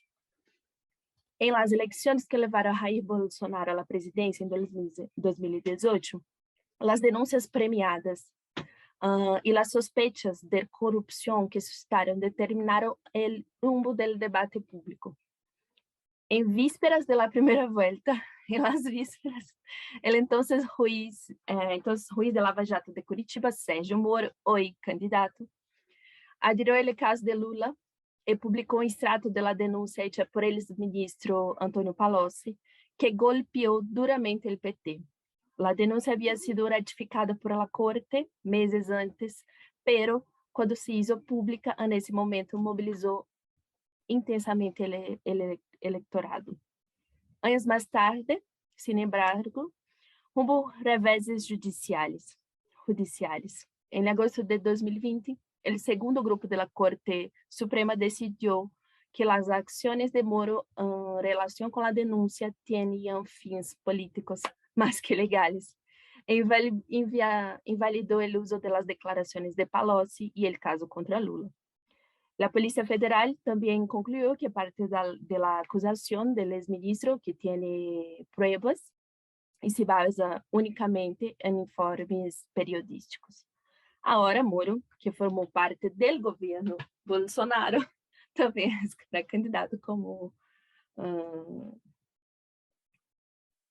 já disse.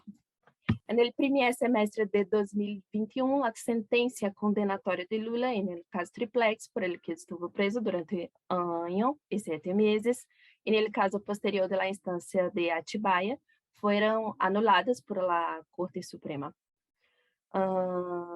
El denunciante, toda la investigación inocentó Lula y ahora él es el principal candidato. Lo que hay dicen los analistas políticos es que el tema de la corrupción debe perder su centralidad este año, así, en el debate electoral de 2022. El debate será de aquí. ¿Qué será el debate de elección este año? Para nosotras, para las mujeres feministas, las organizaciones de izquierda, será un plebiscito. ¿Quién tiene condiciones, la izquierda o la derecha, de promover, de garantizar los derechos democráticos, garantizar el mínimo de la democracia? Pero no está ganho.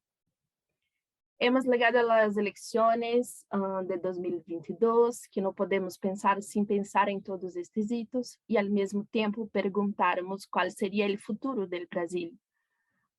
Si el gobierno Bolsonaro es calificado por los movimientos sociales de fascista, pero estás en las elecciones, la profunda desconstrucción de los últimos años de su política para la pandemia, como Daniela dice, nos puso en un callejón sin salida sobre la democracia y que son las agendas y los derechos que vamos a luchar para garantizar en este momento.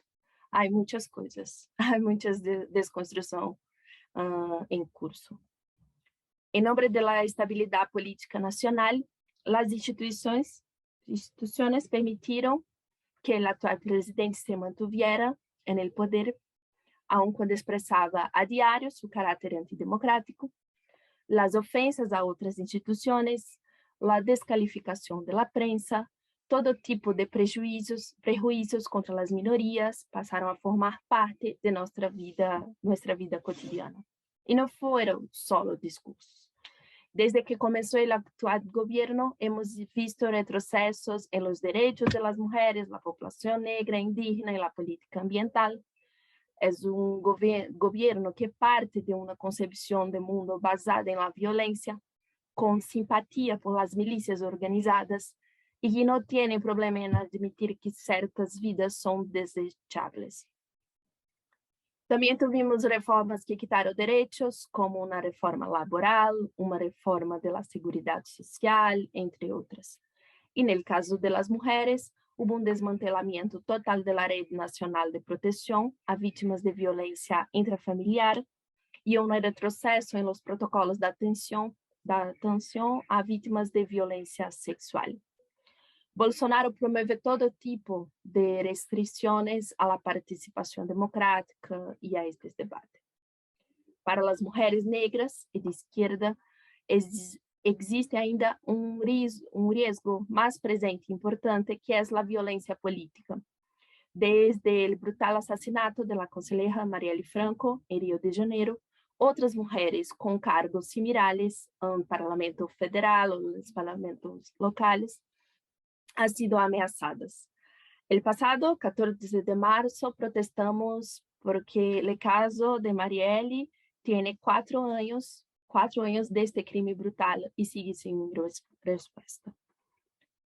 A crise econômica, a miséria também são resultado direto de uma política econômica centrada no mercado financeiro. O principal ministro de Bolsonaro, Paulo Guedes, ministro da Economia, é uma figura conhecida do mercado financeiro internacional, professor de economia, que promove a financiarização da vida em todos os aspectos. Movimentos progressistas, partidos e organizações da sociedade civil expressam apoio à candidatura de Lula e às candidaturas progressistas, com a esperança de renovar o governo e a legislatura federal. Em los movimentos feministas, estamos trabalhando para promover a representação política das mulheres. Sabemos da importância de ocupar espaços de poder. A Adriana disse do caso de Colômbia, as instituições políticas e a hora de elegir candidatos comprometidos com a transformação social. O golpe de Dilma também teve caráter sexista e patriarcal, ao mostrar quão vulnerável é uma mulher quando chega ao poder. Brasil tem a vergonhosa marca de menos de 15% de mulheres no Parlamento Federal. É urgente avançar para garantizar os direitos das mulheres. Sin embargo, hemos aumentado o número de mulheres em las eleições municipais e é importante ressaltar que foram elegidas mais mulheres comprometidas com uma agenda por los direitos das mulheres e da população negra. Hoje, há uma aposta dos movimentos para que a maior parte da população que desaprova o governo Bolsonaro são de mulheres jovens, que não têm vínculo com religiões ou conservadorismo, ou são mulheres que desaprovam e que querem votar às eleições deste ano. A esperança no Brasil é a construção de uma perspectiva de futuro e de projeto democrático que promova a igualdade em todos os sentidos. Pero para nós outros, o que queda é que será do futuro. Quem serão os próximos liderazgos? Lula é o liderazgo do ano passado. É urgente que promovemos outros liderazgos para o futuro. Mulheres, negras, indígenas e não só, mas também uma esquerda comprometida com a transformação. E para o futuro, restabelecer o futuro imediato para estas eleições, restabelecer pactos democráticos. Lula ha organizado uma larga frente de centro-esquerda, incluso com pessoas reconhecidas como de direita, para estas eleições. São lideranças que se dizem democráticas e que querem ganhar para tirar Bolsonaro do poder. O fascismo que hoje está no poder em Brasil obedece a uma lógica de destruição que beneficia uma parte da elite. É necessário romper com esta lógica e restaurar a discussão sobre projetos que podem cambiar a sociedade, projetos democráticos, garantizar o mínimo democrático da representação e da participação política para estabelecer a ordem democrática do país. Uma agenda comprometida com o enfrentamento do fascismo em la sociedade, para que possamos falar estabelecer o conflito incluso entre esquerda, direita, centro, o que estamos vendo não é possível hablar, não é possível promover qualquer tipo de participação democrática. ¿Aló? Entonces es esto. Gracias, Daniela. No, gracias a ti. La verdad es que, sí, definitivamente va a ser un conflicto de izquierda a derecha. Sí representan, pues sí creo que un plebiscito entre lo mismo de siempre, pero o lo mismo de siempre con derechos humanos o lo mismo de siempre sin derechos humanos, ¿no? Entonces, bueno, a ver cómo avanza esto. Nos quedan 20 minutos, entonces creo que voy a hablar yo menos y le voy a dar la palabra a Miguel para que pues un poco reaccione a todo esto que ya estuvimos hablando. Y pues adelante, Miguel, creo que tuviste problemas con tu internet, pero si te escuchamos desde el celular, sin tema. Tu micrófono está apagado.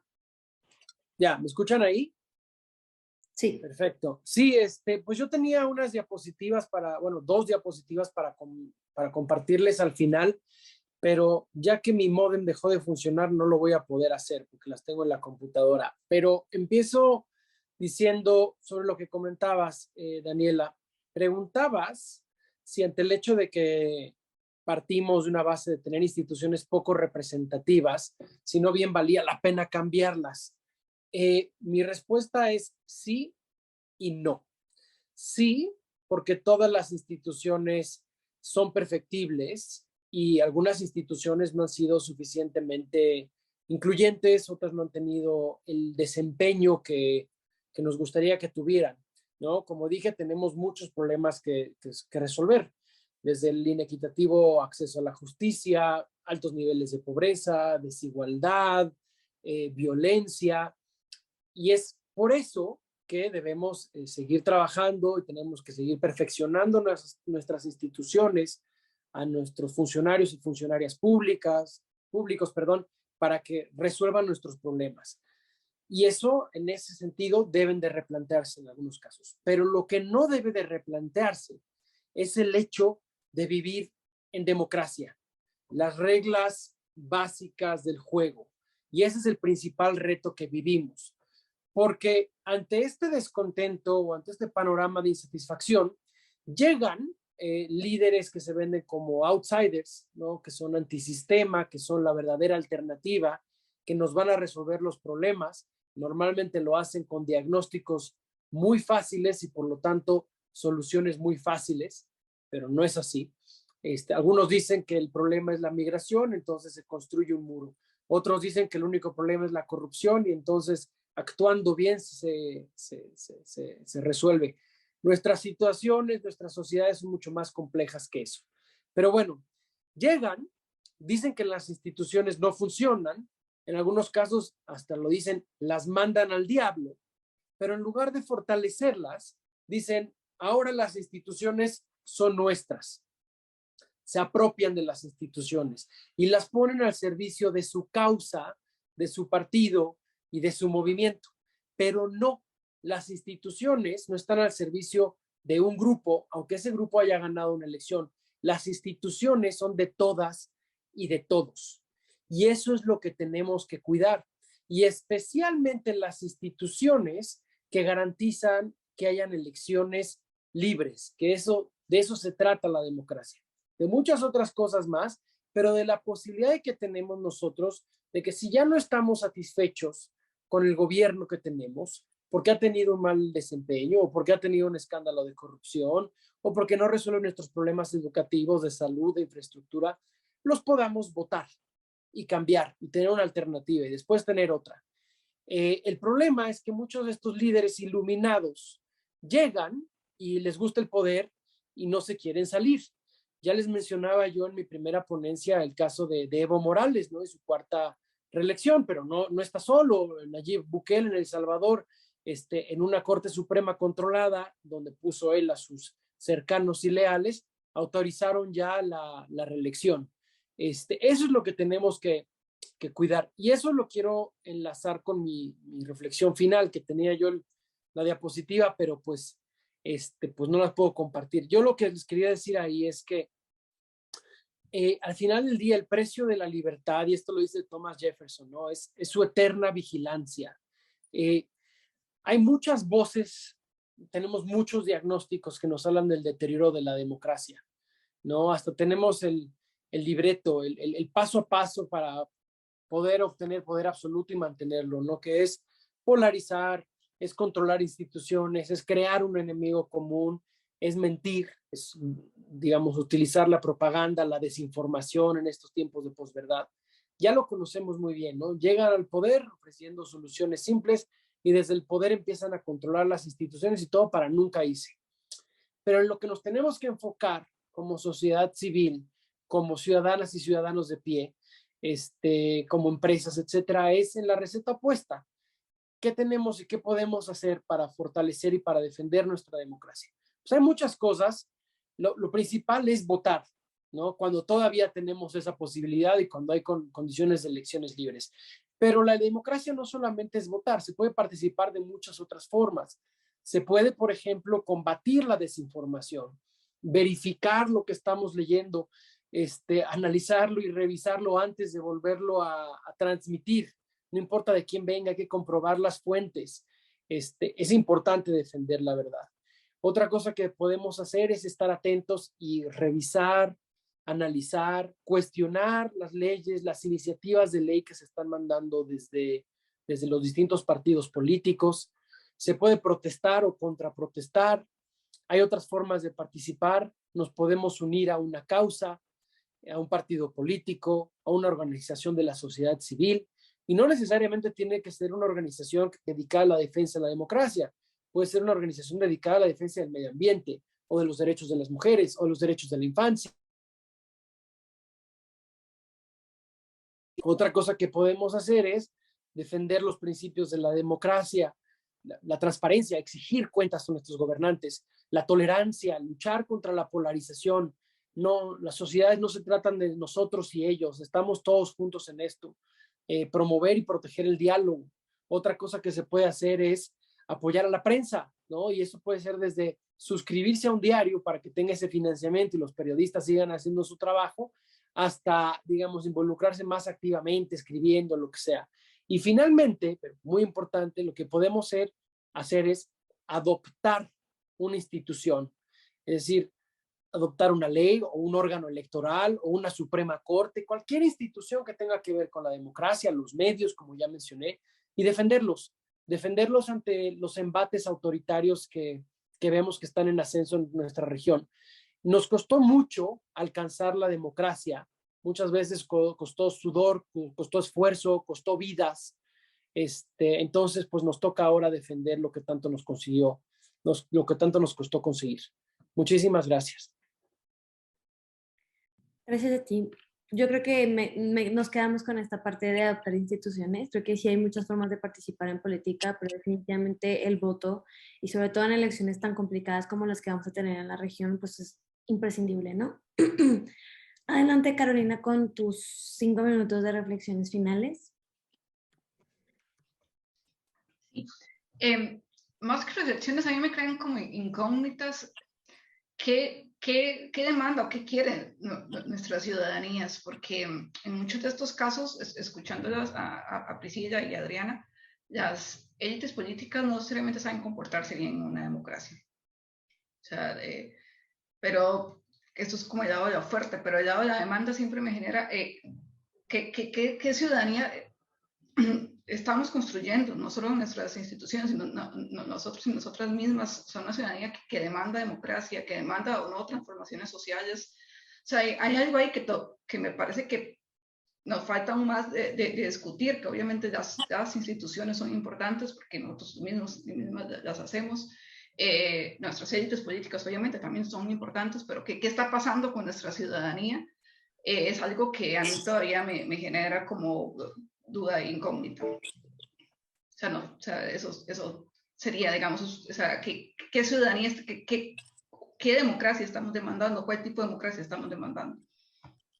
Eso sería, la verdad, eso es lo que me genera. Y no, muy interesante las 3 exposiciones, y muchas gracias porque me ampliaron mucho más el panorama. Gracias a ti por tu participación. Adriana, ¿qué demanda la ciudadanía? Pues a ver, yo creo que sigue existiendo esta brecha entre el movimiento social, la apropiación del espacio público, lo hemos visto en todos nuestros países. ¿Qué pasa, no, en las elecciones? ¿Qué se pierde en esa discusión y en ese debate en los grandes medios de comunicación, en donde se fija en cierta agenda? Ahora con el movimiento de las redes sociales, también yo me quedo con esa interrogante de cómo logramos materializar las exigencias de los movimientos sociales en la calle, en las urnas, ¿no? Creo que eso todavía sigue siendo un reto. Y otro tiene que ver con este mal también de América Latina del caudillismo, ¿no? Ya sea de izquierda o de derecha, seguimos personificando la democracia en esta persona o esta otra, ¿no? Y creo que eso también implica no poder hablar de proyectos, ¿no? De estrategias muchísimo más integrales que incluyan temas económicos, temas sociales, temas de protección de derechos humanos. Es decir, quizás a veces este periodo de tiempo de los debates y de las estrategias electorales se pierden mucho personificando, ¿no? O personalizando más bien el debate y no las causas que están afectando a nuestros países, que escucharles vemos que son las mismas, ¿no? Son desigualdad, son impunidad, son corrupción, es pobreza, ¿no? Es un aumento extremo de las violencias, ¿no? Es a veces muy estresante estar viendo los debates y estar viendo que se está personificando y no estamos hablando de que en nuestros países la violencia está acabando con la vida de miles de personas o la pobreza o la desigualdad o la crisis pospandemia, ¿no? Entonces creo que ahí hay un reto también de ir hacia los proyectos y lograr aterrizar. Creo que eso es un trabajo, como bien se hablaba Miguel, de sociedad civil, pero de la ciudadanía en general, ¿no? Es decir, los movimientos sociales, los movimientos de derechos humanos, también de alguna u otra forma se convierten en cierta burbuja en donde el resto de la sociedad pues no está vinculado ni atravesado por esas causas y por esas violencias que están sufriendo ciertos grupos sociales. Creo que también viene el reto de la representatividad, ¿no? Queremos más mujeres, más personas afrodescendientes, más indígenas, ¿no? Más diversidad, queremos más garantía de derechos y creo que eso sí está cambiando, ¿no? Creo que me quedaría también para no quedarnos con el pesimismo a todo lo que da. Yo creo que también hay nuevas generaciones que están entendiendo la democracia, están entendiendo el voto, están entendiendo las instituciones de una forma distinta. Entonces yo creo que ahí también me quedaría con esa esperanza de que en las próximas elecciones en Colombia, en Brasil y en Costa Rica, como dicen en Colombia, no comamos tanto cuento de si izquierda o derecha, ¿no? Sino que realmente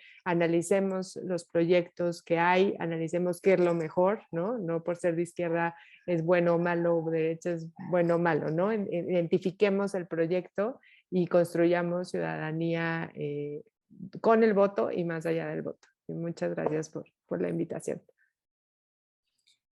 Gracias a ti por aceptar acompañarnos el día de hoy. Bueno, tenemos unos minutitos, entonces ahorita te voy a dar la palabra a Priscila, pero definitivamente creo que sí se está dando una nueva generación de personas activamente políticas, ¿no? O sea, la gente si no está en las calles está buscando una candidatura, las mujeres las mujeres feministas ya no nos estamos quedando solamente en el activismo, sino ya se está pasando a un plano mucho más político y mucho más de propuestas y creo que ese cambio generacional, ese switch que se necesitaba aprender, se está aprendiendo y lo vemos ahorita en Brasil. Entonces, Priscila, ¿tú qué opinas? ¿Qué busca la ciudadanía? ¿Con qué te quedas de todo esto? ¿Y cuáles son tus reflexiones finales? Yo estoy con Adriana. Yo pienso